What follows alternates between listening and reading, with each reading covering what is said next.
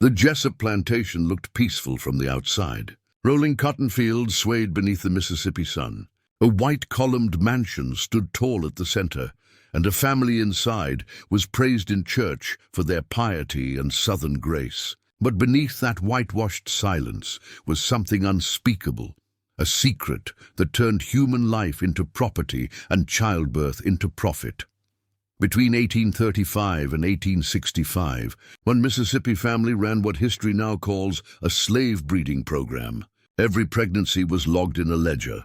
Every baby was counted as income. Every woman was assigned a partner, not by love, not by choice, but by command. From a distance, it looked like order. Up close, it was horror. A system so carefully managed that cruelty itself became routine, a business model disguised as morality.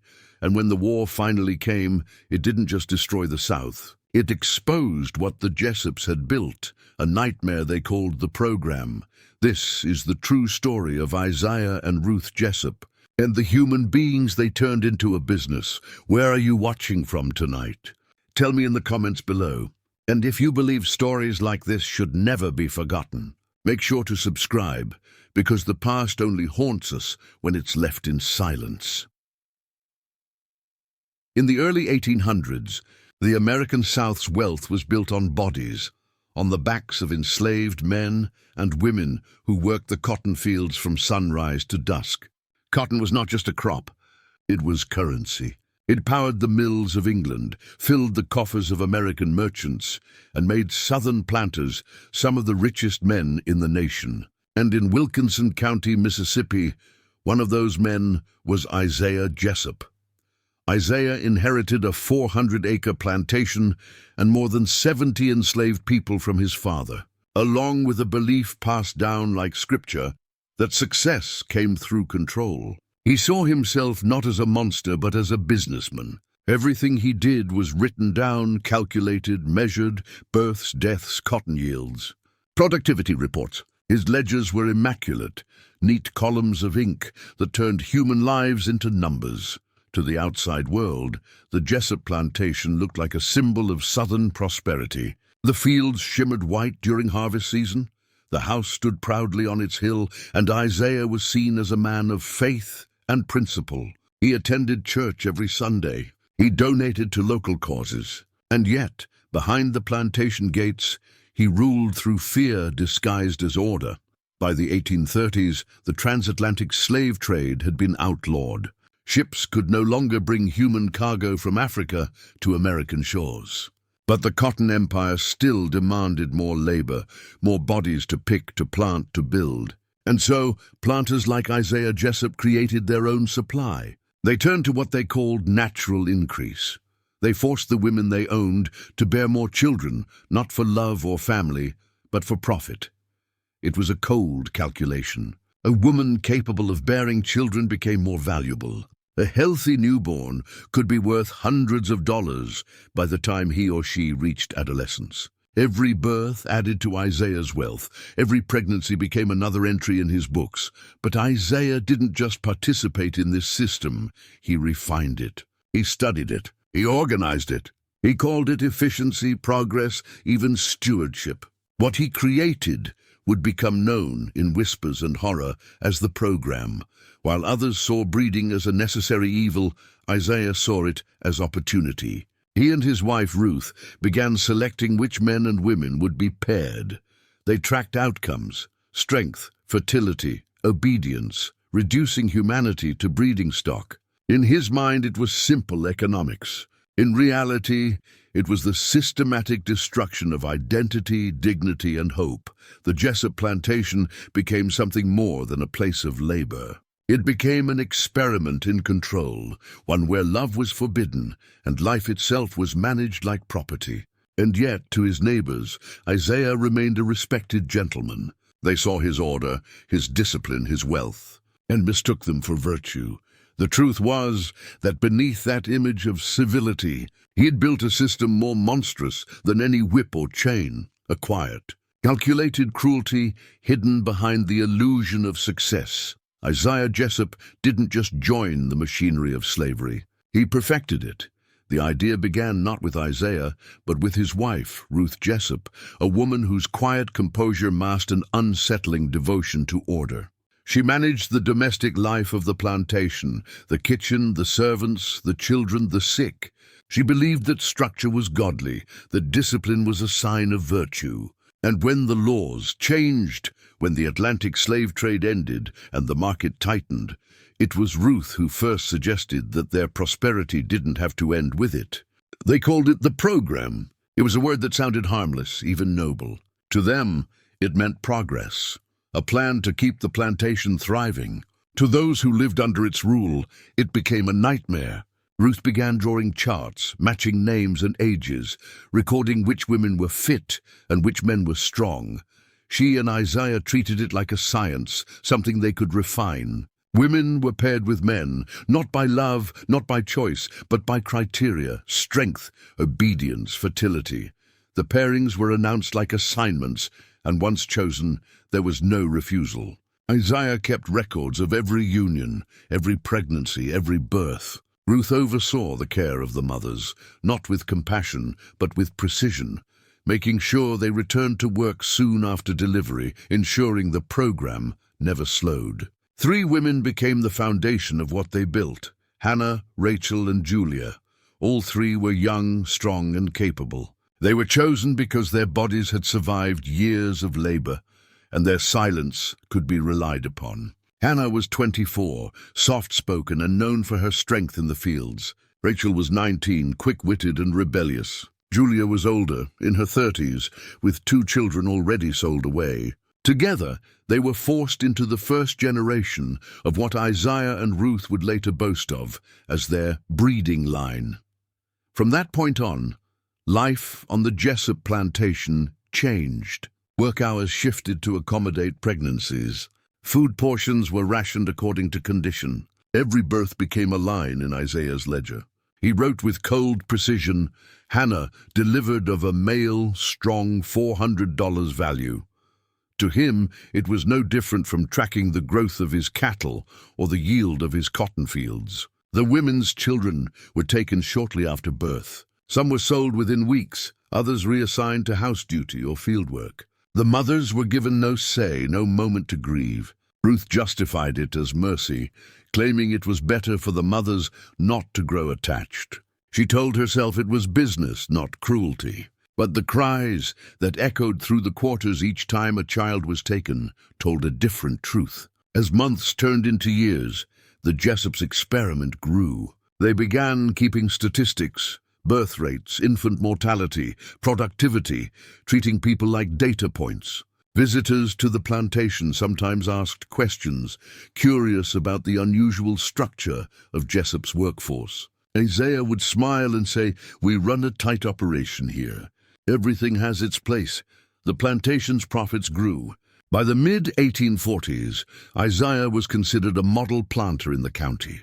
Other landowners came to him for advice. He shared it freely, with pride, never revealing the full horror behind his success. Inside the quarters, however, whispers spread like smoke. The enslaved knew what the Jessups were doing.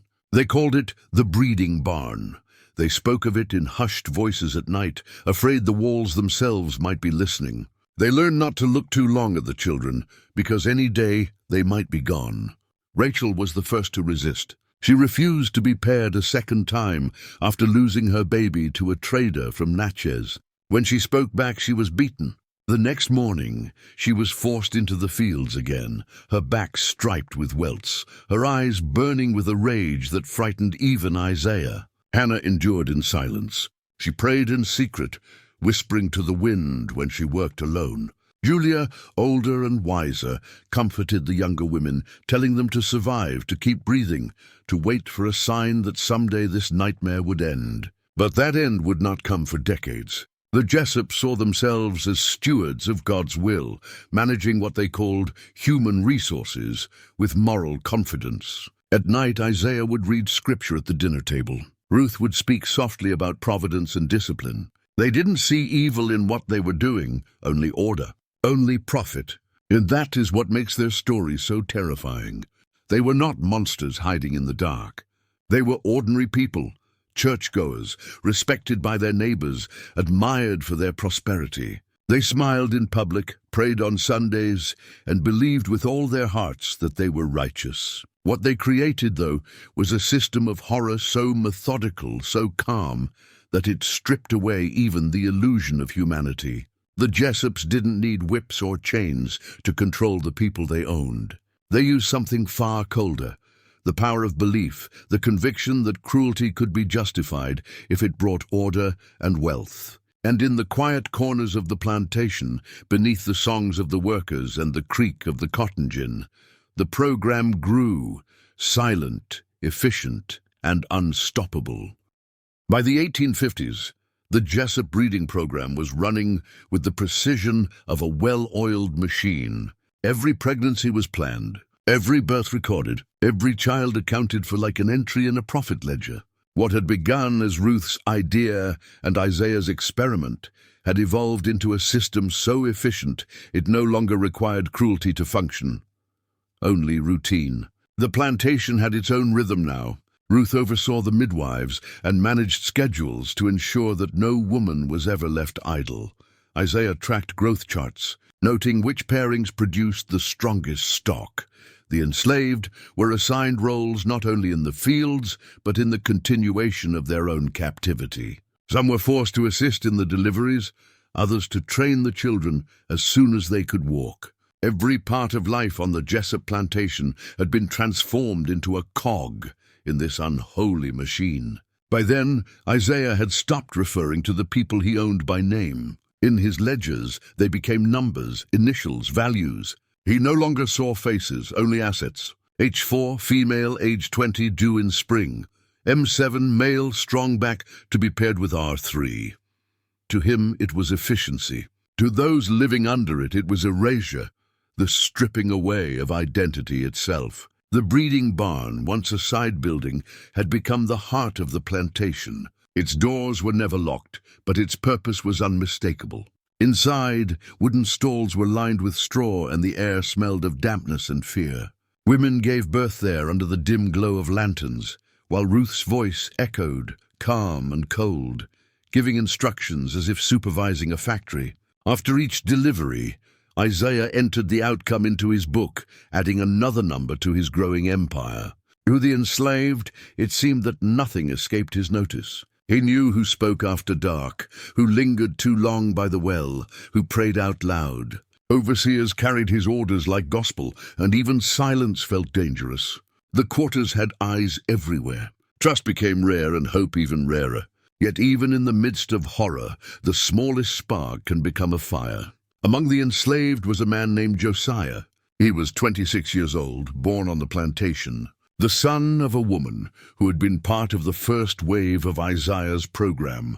Josiah had never known freedom, but he had known enough pain to recognize injustice. He worked as a field hand by day and as a stable hand at night, which gave him access to the edges of the property, and more importantly, to whispers from the outside world.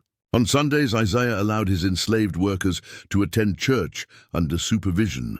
The sermons preached obedience, humility, and gratitude, messages designed to keep them docile. But Josiah listened differently. He memorized the layout of the nearby roads. He noted the faces of the white men who carried keys. He watched for anyone who seemed uneasy about the Jessups' system.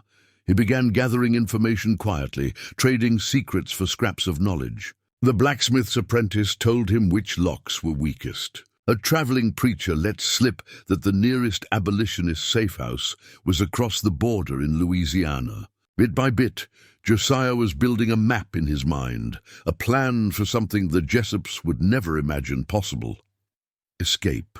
At night, he whispered with others in the quarters. Hannah, now older and weary, urged caution.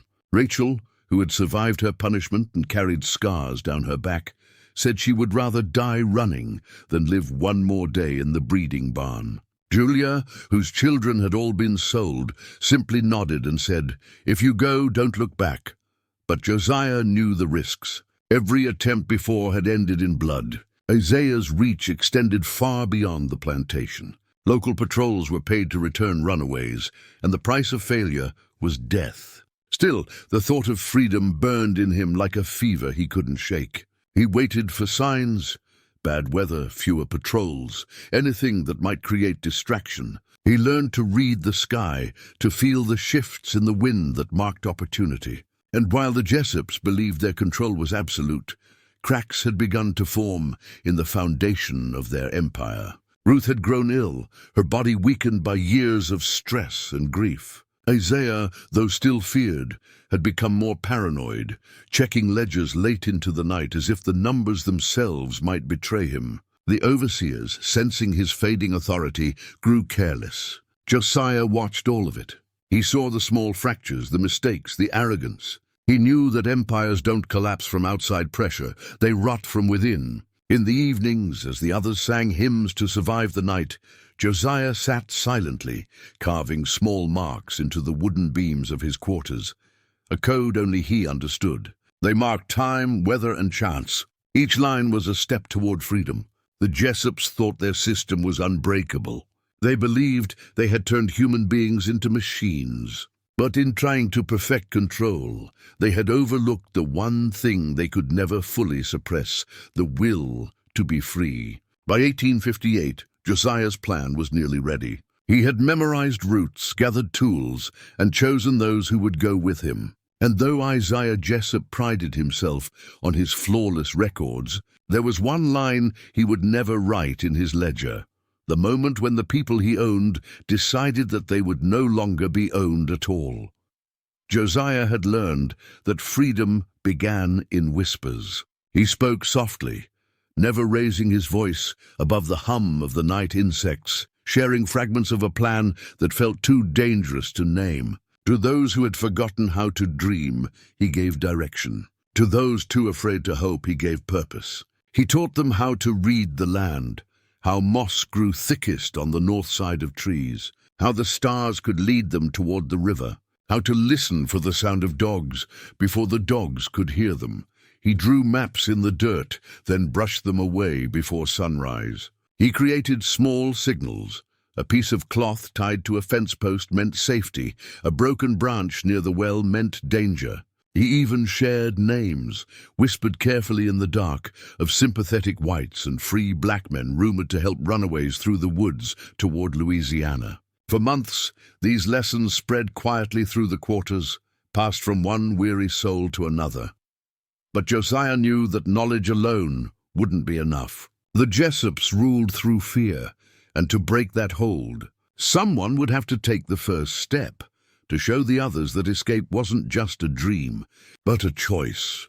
That moment came in February 1859. The air was cold, the nights long, and the patrols thinner than usual. Anna, Rachel, and Julia, 3 women who had endured the worst of Isaiah's program, decided to run. They left in the dead of night, slipping past the stables and into the forest. They carried nothing but a small flask of water, and Josiah's directions burned into memory. Follow the river, keep north until you hear the frogs, then west until dawn. They made it 6 miles. 6 miles of mud, branches, and hope. But before the sun rose, the hounds were released. By morning, the women were dragged back, bruised, bleeding, and silent. The punishment was swift, and it was meant to break not just them, but everyone who watched. Isaiah ordered every man, woman, and child on the plantation to gather by the whipping post. The 3 women were tied one by one. 10 lashes each. Isaiah stood tall, his expression calm, his voice steady as he called it discipline. He told the crowd that this was justice, that rules must be obeyed, that rebellion would be met with pain, but the people watching knew the truth. This was not discipline, it was terror. It was control made visible, a performance of power meant to crush the human spirit. The sound of each lash cracked through the cold morning air, and with every strike Isaiah wrote his authority in blood. When it was over, the women were untied and left to crawl back to the quarters. Hannah fainted before she reached the steps. Rachel refused to cry, staring at Isaiah with eyes full of hate that even he couldn't meet for long. Julia whispered a prayer, not for mercy, but for vengeance. From his window on the 2nd floor of the mansion, Samuel Jessup watched everything. Isaiah's eldest son, once groomed to inherit the plantation, had grown bitter and hollow. He had seen too much, drunk too much, and long stopped believing in his father's righteousness. The screams from the yard that morning sliced through the numbness he had built around himself. When he saw Rachel fall to the ground, something inside him broke. That night, the house was silent, except for the faint sound of crickets and the ticking of Isaiah's clock. Samuel stumbled into his father's study, the smell of whiskey on his breath, his eyes wild with rage. "You've turned this place into hell," he shouted. "Look at what you've done. These aren't people to you anymore, they're numbers. You call it God's will, but it's blood you're worshipping." Isaiah rose from his desk, his face expressionless. "Watch your tongue," he said coldly. "This house stands because of my discipline, because I do what must be done." Samuel stepped closer, trembling. "You've lost your soul, father, and you're taking everyone's with you." Isaiah struck him across the face, hard enough to draw blood. The room went silent. "Then leave," Isaiah said. "Leave or obey." For a long moment Samuel stood there, breathing heavily, staring at the man who had raised him. Then, without another word, he turned and walked out. He took nothing. No horse, no bag, no money. Just his rage. An hour later, the sound of hooves echoed through the night as he rode away, disappearing down the road that led toward the river. No one ever saw him again. Some said he joined the Union cause years later. Others claimed he died in a bar fight 2 towns over. But for those still trapped on the plantation, his departure was one more reminder of what the Jessup name had become, a curse carved into the land. In the quarters, the people whispered about Samuel's defiance. To them, it was not just gossip. It was a flicker of possibility that even one of the masters had seen the evil of the program. Josiah listened quietly, feeling that same spark grow stronger. The women's punishment had been meant to destroy hope, but it did the opposite. It showed that Isaiah could be defied. That escape, even if it failed, was still worth trying. And so, while Isaiah believed the lash had restored his order, it had instead planted the seeds of his downfall. Josiah began planning again, this time not just for escape, but for something far more dangerous. Margaret Jessup was only 24 when her body began to fail. She had always been the quiet one, gentle, kind, and frightened of her father's temper. But she was also the daughter who never dared to question him, who smiled when he spoke of God's will and bowed her head when he called his cruelty order. Her obedience made her invisible, until the day Isaiah turned his gaze on her womb. The Jessup's obsession with birth had consumed the entire plantation, and soon it consumed their own bloodline. Isaiah believed that strength, obedience, and fertility were divine traits, that even his own children were instruments of his program. Margaret had been married off to a cousin, one of her father's business partners, to preserve the line. By her mid-20s, she had endured 5 pregnancies, each one harder than the last. In the summer of 1860, her body gave out. Fever gripped her. Her 6th pregnancy left her weak, trembling, and haunted by dreams of screaming infants and women crying in the fields. The mansion's doctor said she wouldn't survive another delivery. Isaiah ignored him. "God gives us trials," he said, "and she will overcome." She didn't. Margaret Jessup died in childbirth on a humid July night. The baby, a boy, lived for only a few hours. Ruth found her daughter's body the next morning, her hands still clenched around the blood-soaked sheets.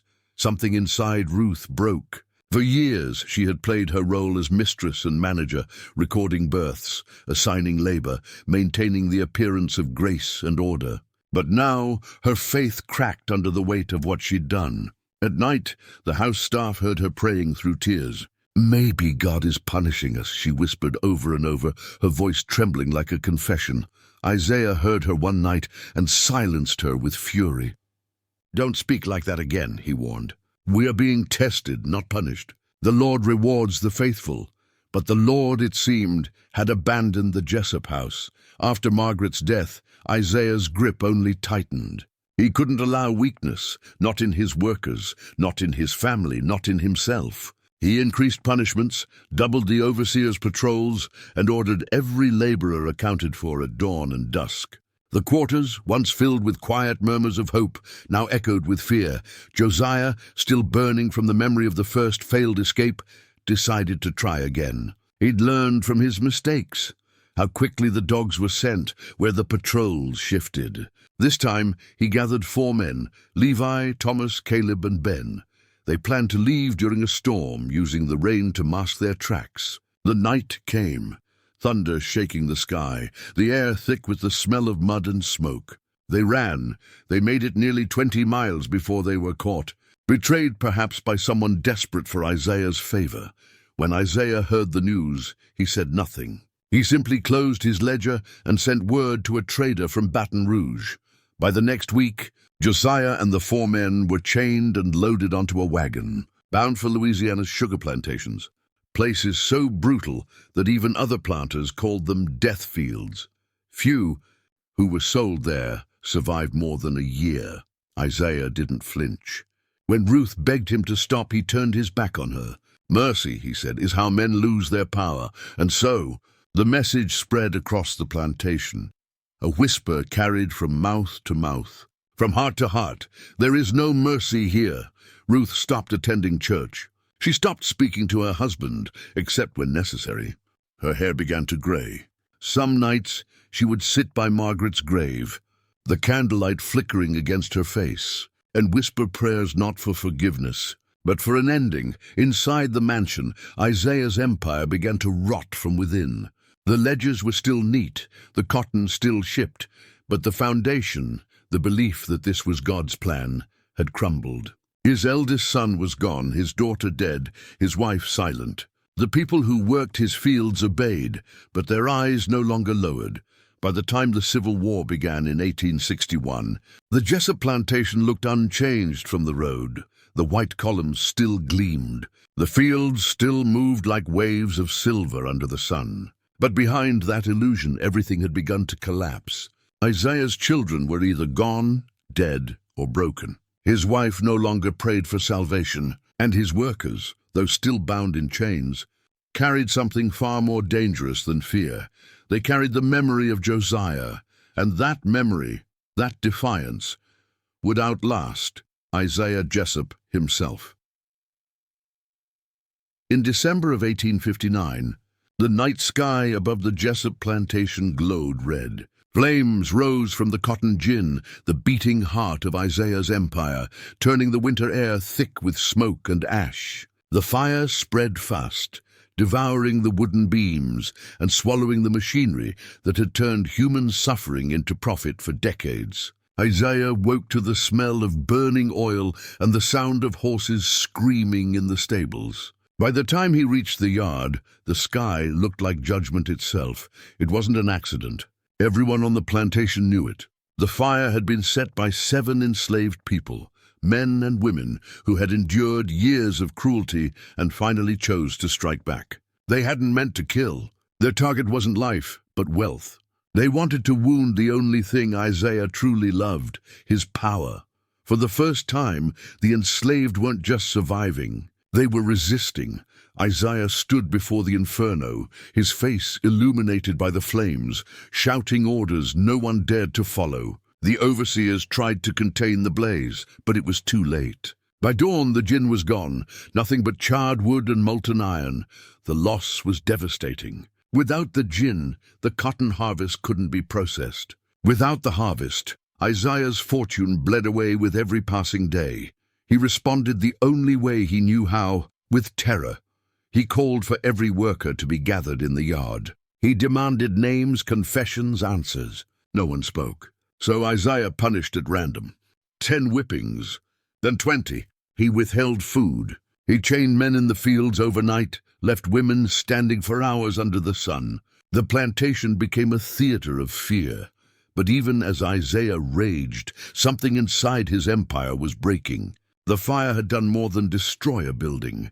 It had destroyed the illusion that he was untouchable. Every strike of his whip now felt like desperation. Every command carried less weight. The people who once trembled before him began to look at him differently. not with fear, but with quiet contempt. They saw a man unraveling, a tyrant who could burn his own house down and still call it order. And deep inside, Isaiah knew the truth he refused to say aloud. The plantation was dying, not from the fire, not from the loss of cotton, but from the inside. The very system he had built, the program he had perfected, had turned against him. The people he tried to own had found something stronger than obedience. They had found courage, and in the ashes of his empire, that courage was just beginning to rise. The war came like a storm that no one could stop. By 1861, cannons thundered across the South, and the old world Isaiah Jessup had built began to crumble. His sons, Thomas and Daniel, were called to defend it, to fight for the Confederacy, for their father's vision of order and profit, for the belief that the world he created could somehow survive. Thomas died first, shot through the chest at Shiloh. Daniel followed a year later, wasting away from fever in a Confederate camp outside Atlanta. Their names were carved into a headstone Isaiah would never visit. When the telegrams arrived, Ruth wept until her voice was gone. The mother, who had once justified her husband's cruelty, now could no longer speak the language of faith. Within months, she fell ill and never recovered. They buried her beside Margaret under the magnolia tree, where the ground was soft, and the air always smelled faintly of decay. Isaiah aged overnight. His hair turned white, his body frail. He sat most days in the parlor, staring out the window toward the fields that no longer sang with work. The plantation had become a ghost of itself. The gin in ruins, the cotton unpicked, the ledgers gathering dust. The world he had built on control and obedience was slipping through his fingers. And for the first time, there was no one left to fear him. In the spring of 1865, Union troops marched into Wilkinson County. They rode past the broken gates of the Jessup estate and dismounted before the mansion. The officer in command, a young man barely 30, read from a sheet of paper the Emancipation Proclamation. The words fell heavy in the air. "All persons held as slaves are, and henceforward shall be free." Isaiah, paralyzed from a stroke, sat slumped in his chair, unable to speak. His right hand trembled against the armrest, as if trying to grasp a world that no longer existed. Elizabeth, his youngest daughter, refused to believe it. "They can't leave," she whispered. "This is their home." But one by one they did. At dawn the next morning, the quarters stood silent except for footsteps. Slow, steady, deliberate. The people who had once been counted as property walked away from the fields that had consumed their lives. Some carried small bundles of clothes. Others carried nothing at all. Hannah reached Memphis, where she found work in a laundry and later helped others who came north seeking freedom. Rachel went to Vicksburg and joined a church that welcomed freed women and children. Julia was the last to leave the Jessup Plantation. She paused at the gate, looked back at the mansion that had stolen so much from her, and then turned away forever. They carried their trauma with them, the scars, the grief, the memories that would never fade. But they also carried something Isaiah could never understand, freedom, and though the road ahead was uncertain, they walked it on their own terms, not as property, but as people, finally reclaiming their place in a world that had once erased them. Isaiah Jessup died before the year's end, his body finally surrendering to the same decay that had consumed his world. He died in silence, seated in the same chair where he had watched the Union soldiers ride away. No family surrounded him. No priest came to offer prayers. Only the sound of wind through the broken shutters filled the room, the house breathing one last time before the past finally buried it. After his death, the plantation dissolved piece by piece. The cotton fields went untended and grew wild, swallowing the fences and roads. The once grand mansion began to sag, its white columns stained with mildew, its windows broken by storms. Locals scavenged what they could, furniture, bricks, bits of wrought iron, until the Jessup estate was nothing but a shell. The land that had once been measured in profit and bodies was reclaimed by the earth itself. Somewhere in the ruins, A few of Isaiah's things were packed into a wooden trunk: letters, photographs, and several thick, leather-bound books, the ledgers he had guarded for decades. No one knew who placed them there or why. Perhaps Ruth, before she died, had hidden them away out of shame. Perhaps Elizabeth couldn't bear to burn them. Either way, the records disappeared into dust and memory, sealed in the attic of a forgotten house on the edge of Wilkinson County. A century later, in 1962, a descendant named Charles Jessup returned to Mississippi to sell what little remained of the family's land.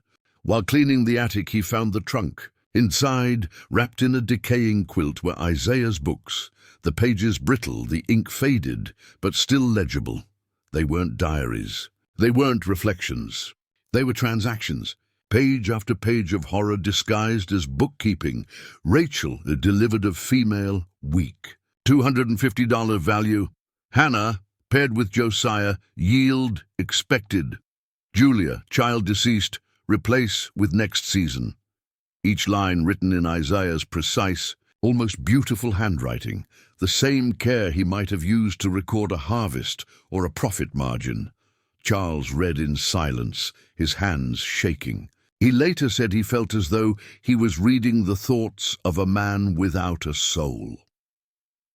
Today, those ledgers sit in a university archive in Mississippi, preserved behind glass, studied by historians and students. They are not sacred relics nor mere curiosities. They are evidence, proof of how cruelty can masquerade as order, how evil can wear the mask of respectability. Every entry, every name, every number is a reminder of the people Isaiah Jessup tried to erase. And though the plantation that bore his name is long gone, the pages he left behind still whisper the truth he spent his life trying to hide. The Jessup family was never punished. There were no trials, no reckoning, no moment of justice. They lived out their days in quiet comfort, went to church every Sunday, paid their debts, and died believing they were good people. In their obituaries, neighbors described them as honest, upright, God-fearing. Their names were spoken with respect. Their graves, like their sins, were kept clean, and that is what makes this story so terrifying. Evil doesn't always announce itself with chaos. It doesn't always wear the face of monsters. Sometimes it looks ordinary. It smiles at you in the pews. It quotes scripture. It calls itself moral, civilized, necessary. The breeding program that Isaiah and Ruth Jessup built wasn't a distortion of slavery. It was slavery, reduced to its most logical and horrifying form. A system that measured the value of a human life in numbers and births. A faith twisted into a justification for control. And a society so blinded by its own order that it could no longer see its own madness. History tried to bury their names. The Jessups became whispers, one plantation among thousands. But the ledgers didn't lie. They survived, and in those pages we can still hear the truth, the language of prophet built on pain. The signatures of men and women who believed their cruelty had purpose, because this isn't just a story about one family in Mississippi. It's a mirror held up to the past and to ourselves. It asks a question that history keeps forcing us to confront. What do we become when we stop seeing people as people? The Jessup Plantation fell long ago. The house is gone. The fields have turned to forest. But the shadows remain, in the archives, in the bloodlines, in the way the past still shapes the present. And the greatest horror is not that such evil existed, but that it was once considered normal. If this story chills you, share it. Because the past only haunts us when it's forgotten. Subscribe to uncover more dark truths buried beneath American history.